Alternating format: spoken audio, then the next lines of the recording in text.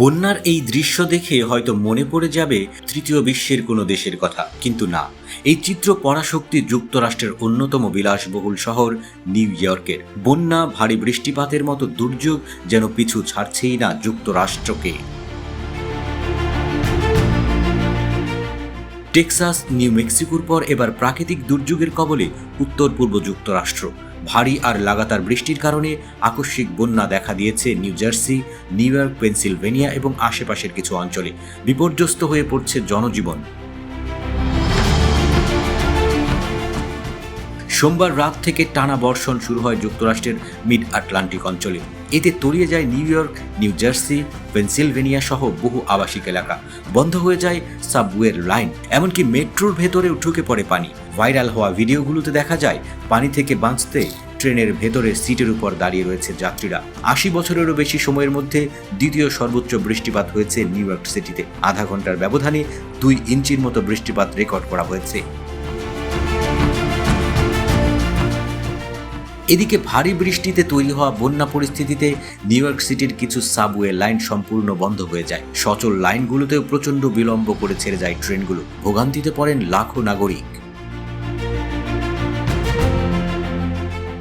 New ইয়র্কের মিল reader Parkway ও ক্রসব্রক্স এক্সপ্রেসওয়ের মতো প্রধান সড়কগুলো আকস্মিক বন্যার কবলে বন্ধ হয়ে যায়। পানিতে ডুবে যায় বহু গাড়ি। কোথাও কোথাও গাছ উপড়ে পড়ে ব্যাহত হয় যান চলাচল।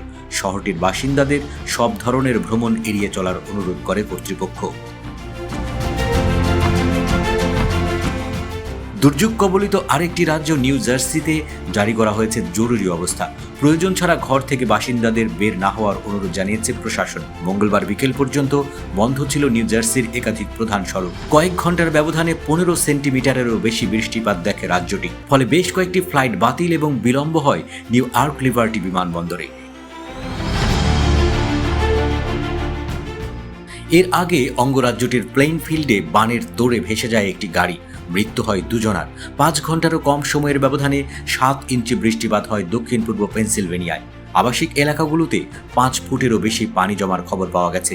ফলাফল, এই রাজ্যেও জারি করা হয় জরুরি অবস্থা। তবে এখনই আসছে না সুখবর। পরিস্থিতির আরও অবনতি হতে পারে বলে পূর্বাভাস দিয়েছে আবহাওয়া কর্তৃপক্ষ।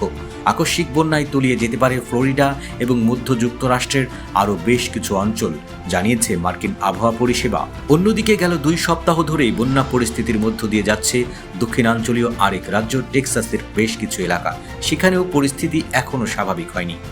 বিপদ সীমার উপর দিয়েই বইছে মধ্য টেক্সাসের গুয়াদালুপ নদীর পানি। প্রাণহানি বেড়ে দাঁড়িয়েছে ১৩৩ জনে। নিখোঁজ শতাধিক বাসিন্দার খোঁজে এখনও চলছে সন্ধান।